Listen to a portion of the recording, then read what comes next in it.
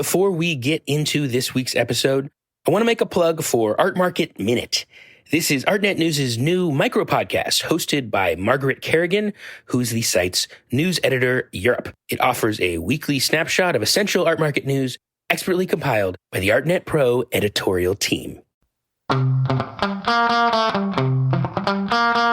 And I literally am not sure what to make of it except to say that you're being asked to be comfortable with not knowing everything, not getting to the bottom of it and taking that sort of uncertainty and making it part of your experience.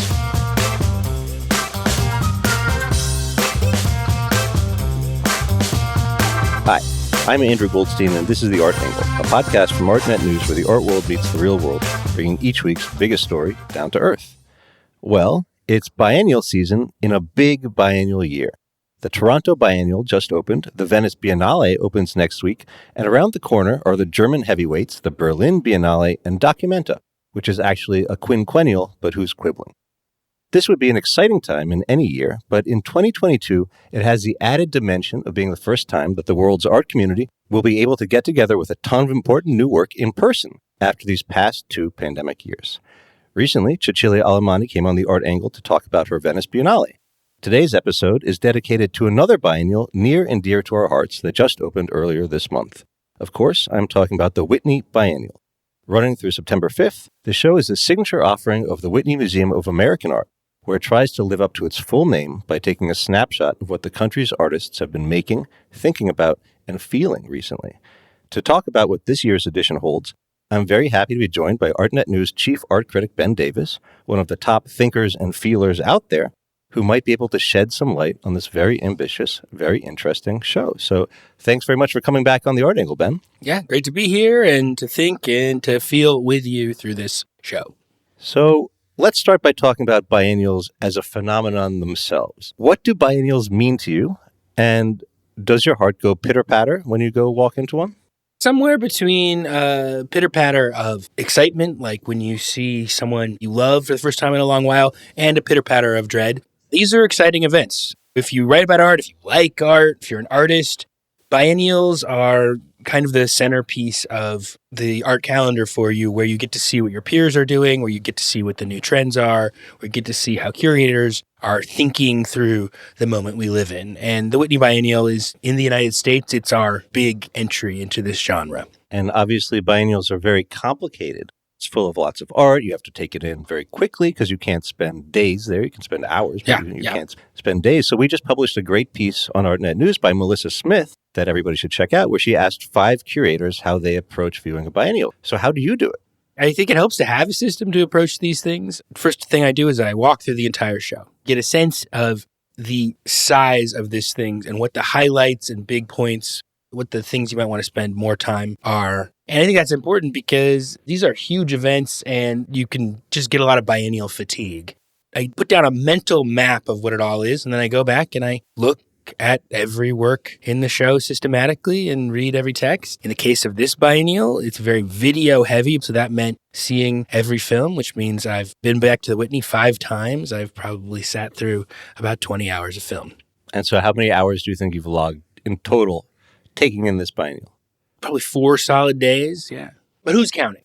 When you come in, the text you read on the 5th and 6th floors, where the main part of the show is, that introduces the show, specifically begins with a reference to time. It says that the show is a response to the sense of time stretching out and expanding during the pandemic, the way time has felt kind of warped. And I think it's worth people keeping that in mind when they go into this show, because I think it is a biennial that maybe doesn't make a great impression on the first fly through, but does unfold over time. There's a lot of time-based work. There's a lot of work that asks you to spend time with it. And so how much you like this show is going to depend a little bit on how much time you have to put into it or how much time you care to put into it. And it makes sense that the curators would be thinking about time because this actually is a year late. They were originally planning this show 3 years ago, before the pandemic, before the election, before the protests for racial justice across the country. So this has been a long time coming for them. And of course, we're not talking about any biennial. We're talking about the Whitney Biennial, which comes with its own specific kind of history, its own reputation. Its own baggage. Why is this show so important and what makes it so distinct? This is a biennial of quote-unquote American art. So this has historically been the place where people sum up what's been going on. As time has gone on and people think more critically about identity, nationalism, and so on, the question of what it means to be an American artist, what it means to even be a contemporary artist has come into focus. So this show casts a little bit of a broader net, bringing in artists who work in different places, including Mexico or our First Nation artists from Canada. There's an artist in this show who's very prominent in this show, who's in the process of becoming a citizen. So it's very self-consciously a show about what being an American might mean now, what it might mean to claim that identity, what the questions we should be asking about claiming that identity are. And you mentioned that the show has some baggage. The Whitney Biennial is famously infamous. And I think that just as in Formula One racing, some people watch for the virtuosity of driving that you see in the tracks. Some people watch for the car crashes. And I think a lot of people might look at the Whitney Biennial and they wait to see what will be the big controversy this year. So why is that? I think there is a larger answer to that, which is that the Whitney Biennial matters a lot. Who is represented in the Whitney Biennial is a statement, self-consciously a statement about American art. So it inflames all these questions about who's in and who's out. And particularly in the last decade, there's been a lot of questions about how the art canon is formed, how institutions function. It's been one of the big places where the public conversation, the debates about identity, about race, about inclusion have manifested. So the last three editions have been very contentious for very different reasons. Questions of racial representation. The last biennial, there was major protests around a donor at the Whitney that made it into the show in the form of an artwork by Forensic Architecture, which sort of addressed the business practices of a board member of the Whitney who was a weapons dealer, essentially. The figures who are introduced at the Whitney Biennial have a shot at becoming part of the larger conversation in a longer term sort of way, but it makes itself a target. This year so far, things have been a little bit quiet. There is a campaign by the workers of the Whitney Biennial. There's labor action at the Whitney. They flyered the opening. I support the workers of the Whitney, and I think that that's in its way an important thing to keep in mind underneath all of this, because it's a biennial that thematically very much has a lot of protest in it. So it is natural that people look at these progressive themes of the Whitney Biennial. It's only doing its work if it asks the people who work there and those of us who go there how those things matter to us in our own lives. I went to the press preview and the director of the museum, Adam Weinberg, said something that has kind of stuck with me, which is that, you always want to be part of the conversation.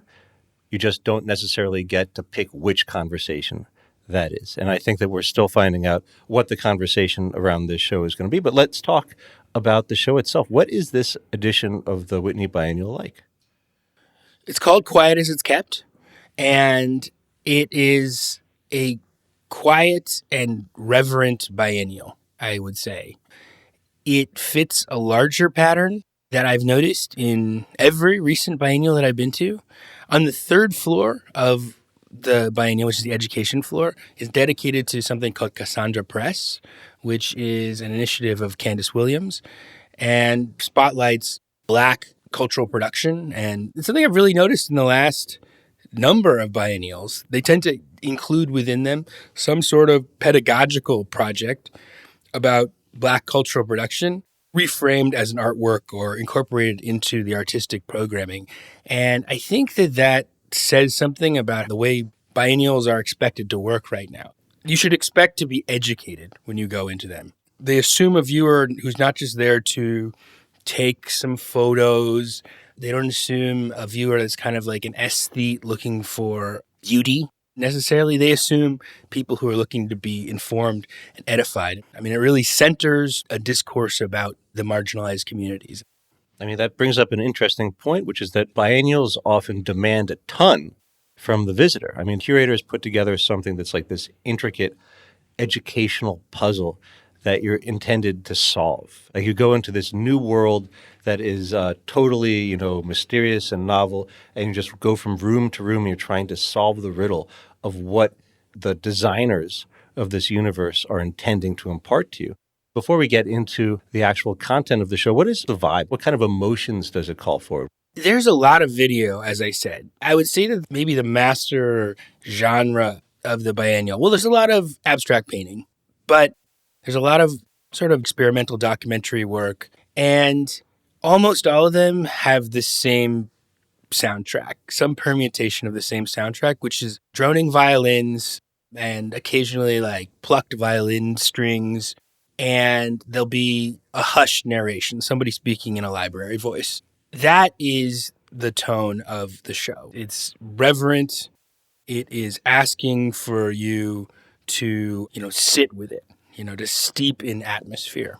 I mean, oftentimes curators structure a show in a very deliberate way, almost like a poet structures a poem where the structure is supposed to help the content attain its meaning. A very notable feature of this show is that it's split. Kind of interesting curatorial device, so that if you enter on the 5th floor, it's full of sunlight. They've taken out all the walls, and the art is sort of hung on these armatures so that you walk through a open plan gallery and sort of around different works of art. And then on the 6th floor, it is very self-consciously the opposite of that, where everything is painted black. A lot of their black box videos here, where you sit with very long videos. There's one video, that's over 2 hours long. I really like this contrast. I mean, I think it's a very pleasant installational device. I'm not really into installation criticism of biennials. I think kind of the lowest form of biennial criticism is like the hang was confusing, B-, that kind of review. But I find the 5th floor to be a very pleasant experience of walking freely through this garden of artworks, discovering different things in a way that feels very deliberately open. And up on the 6th floor, it's a much more concentrated experience where you are asked to be still and to sit with ideas, to sit with images. If you're deposited on the top floor, this tenebrous setting, these dark walls, everything is kind of muted. There's this droning sound. There's a room that the curators created that's like right at the heart of this floor. The mystery room. They call it the antechamber. During the press preview, they were kind of like being very proud, but also reticent to like talk about it too much. It's like this mysterious kind of reverential, almost chapel-like room that they say is supposed to orient the visitor. So what is in this mystery box that they've constructed? This is one of the most enigmatic moments in this show, and I think I'm not going to be able to totally explain it for you, and I think that that's telling. So what it is, as you say, you enter into a black gallery with a object that's lit under a spotlight. And the object that's lit under a spotlight is a glass vial that, according to a label, and I have no reason to think that the label is lying, it contains the last breath of Thomas Edison, the inventor, which is from the Henry Ford Museum in Michigan.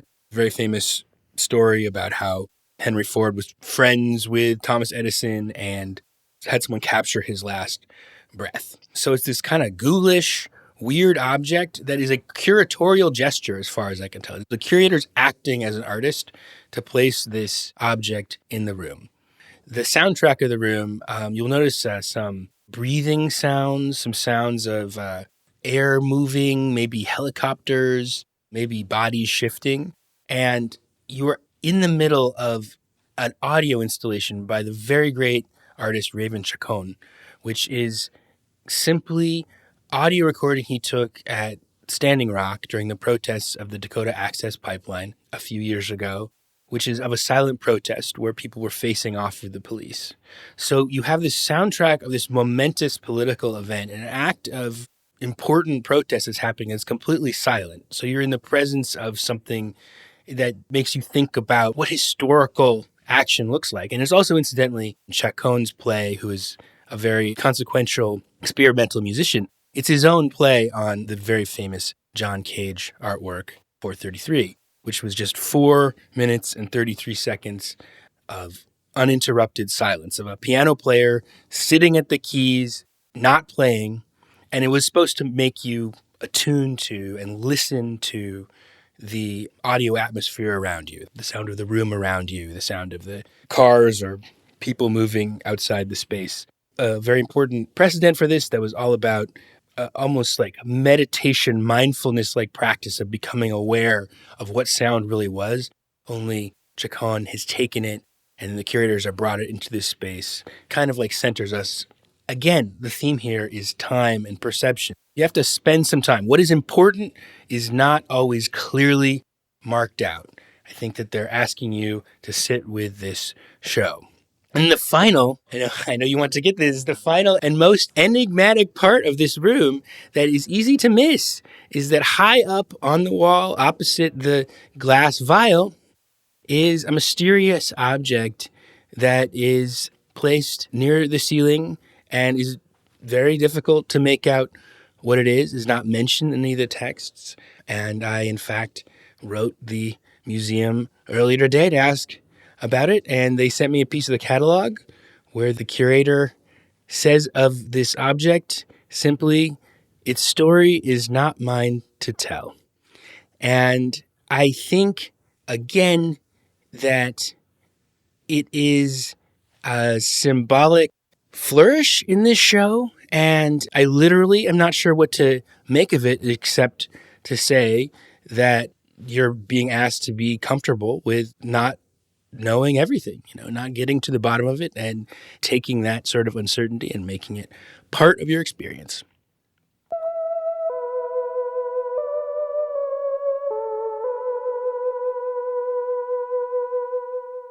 So let's talk about the individual artworks in the show. Was there anything that instantly grabbed you as being very important, like the big, important artwork? I think that the artwork, almost certainly, that everyone is going to talk about from this show is this spectacular piece by the well-known Chilean artist Alfredo Yar. It's on the 6th floor. It is an immersive video installation.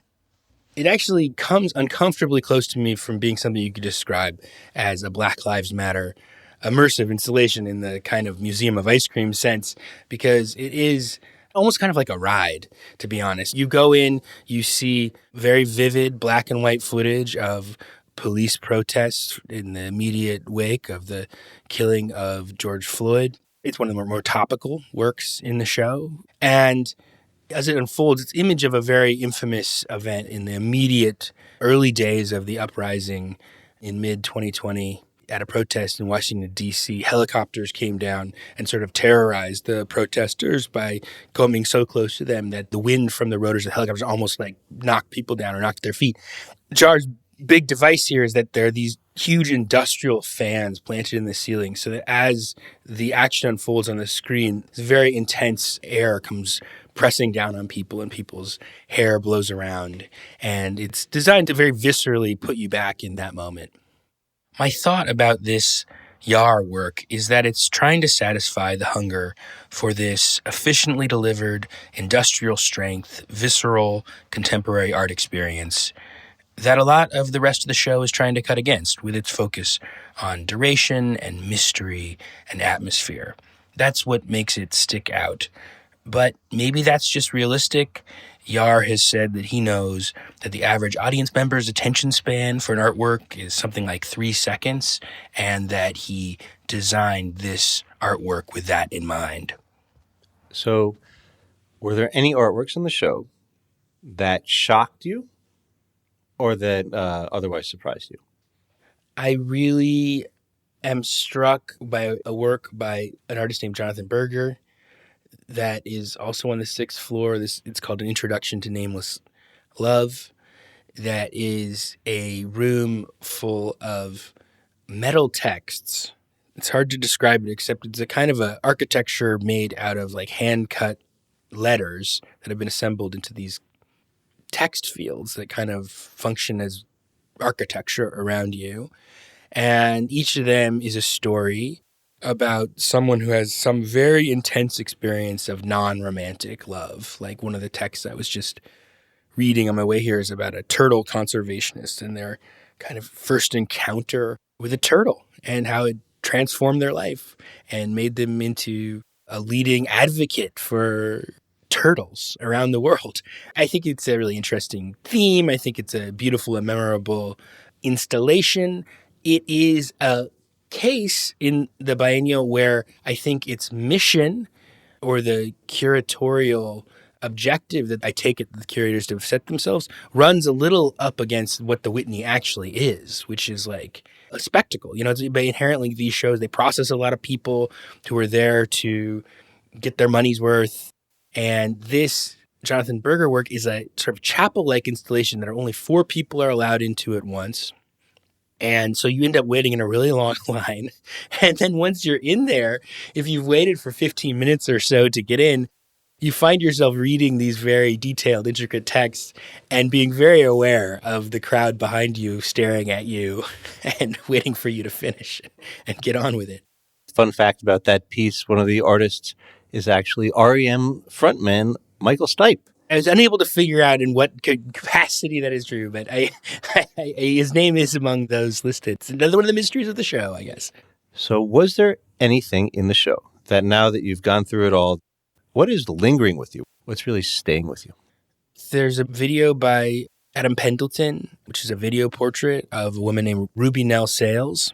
She's a civil rights activist, and this is, I think, one of the big examples of, what I'd call lyric documentary in the work. It's actually not so far off of something that could be shown on TV, on Netflix, or wherever. It is essentially a documentary about this woman, her life, her influence and impact on people, but it's beautifully done, beautifully shot, and I sat in there and watched all 60 minutes of it and saw other people do the same.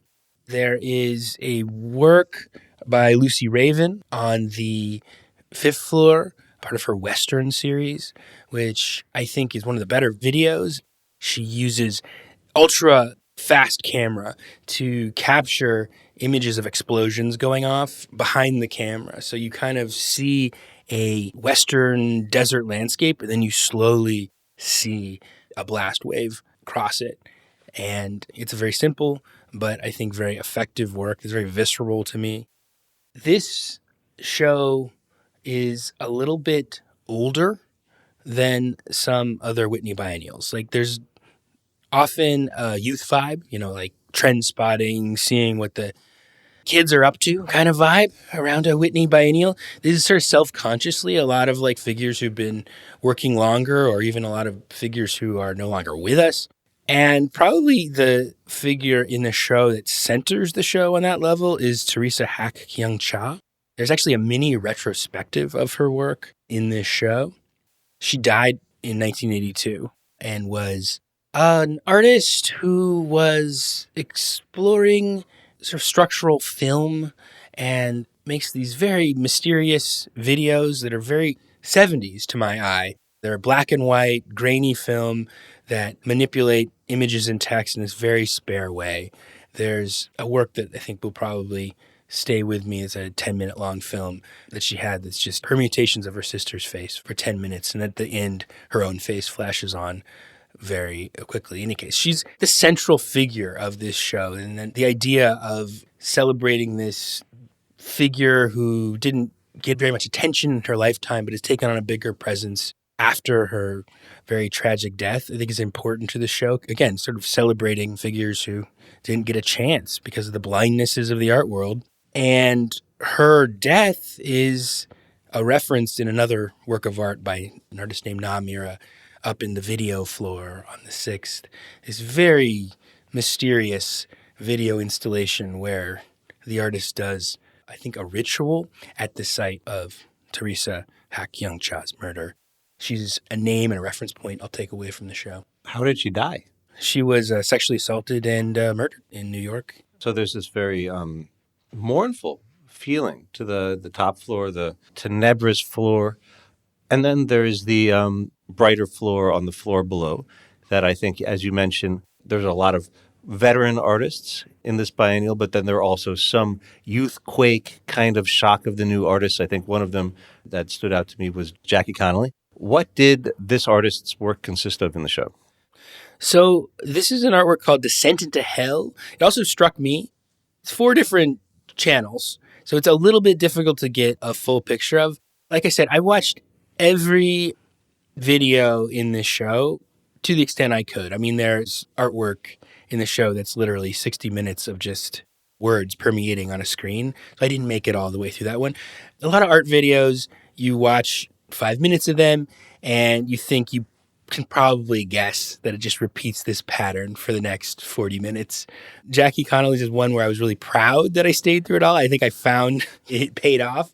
She remixes characters from Grand Theft Auto, the video game, and sort of takes them out of their context and makes a David Lynch-like film, a kind of dreamlike, almost spirit wandering through the background of a video game. Starting out with a woman in a burning house, and then she moves through this video game landscape where lots of limbo-like strange things happen. And then if you stay around for long enough, it suddenly cuts to an adult film where Emma Watson's face has been spliced onto the actress in it, and you see the video game avatar protagonist sort of staring at this image in a baffled kind of way. And it all adds up to a narrative about how we're all lost in this maze of digital simulations and how very surreal and dehumanized and inorganic the world feels right now. It doesn't really add up to a story. It adds up to a feeling. So you've told us about some of the puzzle pieces in the show. What ties all this together? What are the curators doing with this biennial? Look, on one level, I think it's worth saying that biennial art is in the art world sort of the analogy of Oscar films in the film world. That is, it's actually not the blockbuster stuff. The blockbuster equivalents in the art would be artists like Takashi Murakami, Damien Hirst, Jeff Koons, artists who are household names, well-known, make spectacular stuff that draws the crowds.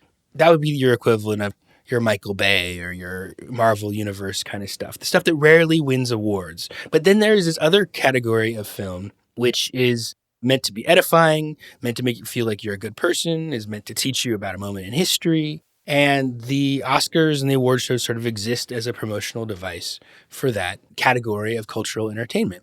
And that's what I feel when I'm in the Biennale. Like, this is a kind of art that is meant to sort of do the same thing. For a middle-class, affluent, educated audience, this is supposed to teach you about the important issues of the world at this moment. That's just maybe a little bit of a dismissive analogy, but I think it's important to say that it has this kind of vibe, that you're here to be a virtuous cultural consumer. And that is an overall vibe of the show. The second thing I'll say I noticed about this show that I think is telling about the overall mission of art right now comes in the wall labels.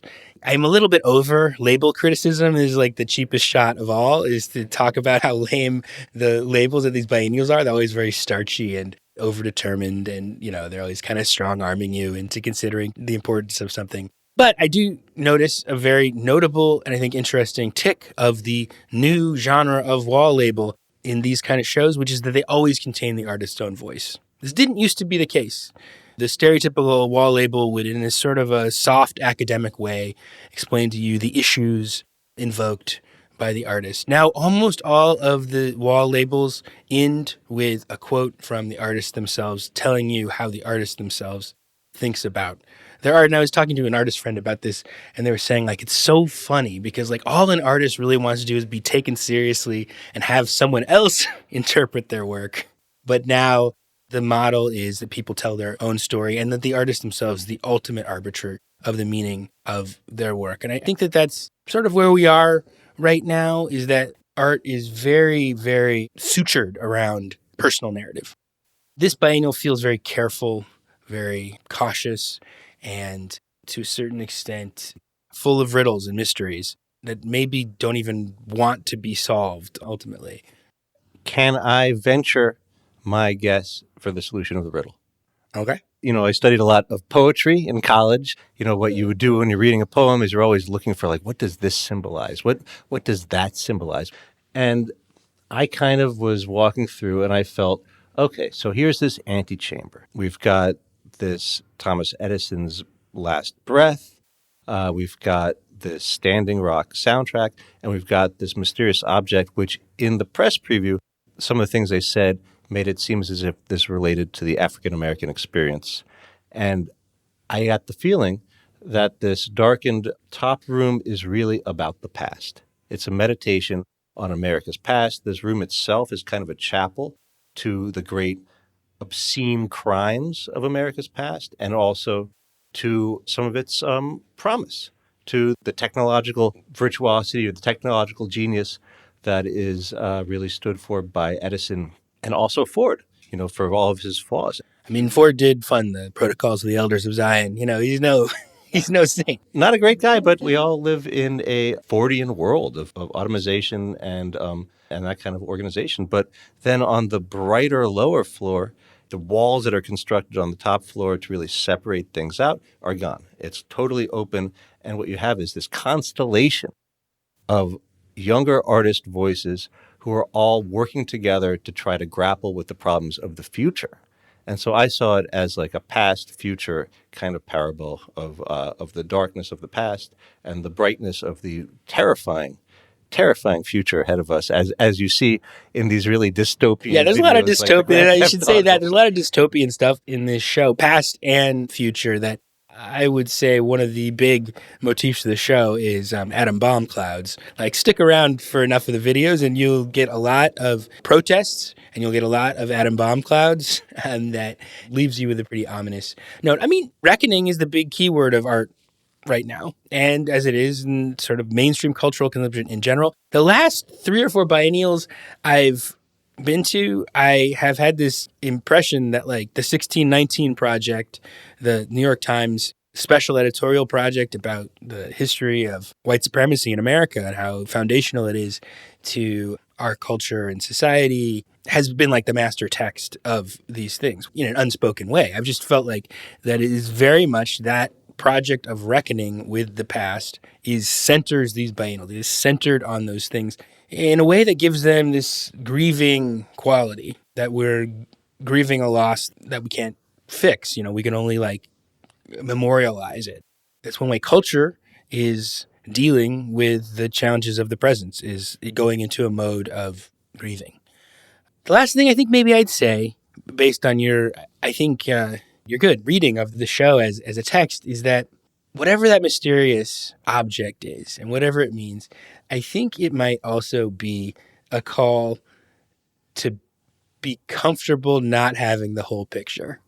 And I just say that because as someone who looks at a lot of biennials, and I know that other people feel this, is they can be very fatiguing. I think that they often get a bad rap in a way. It's easy to dislike a biennial because they're very didactic. They're, by definition, being read as a total claim about the moment they're emerging from, which all interpretations are partial, so everyone's going to have a problem with whatever reading you produce of the present.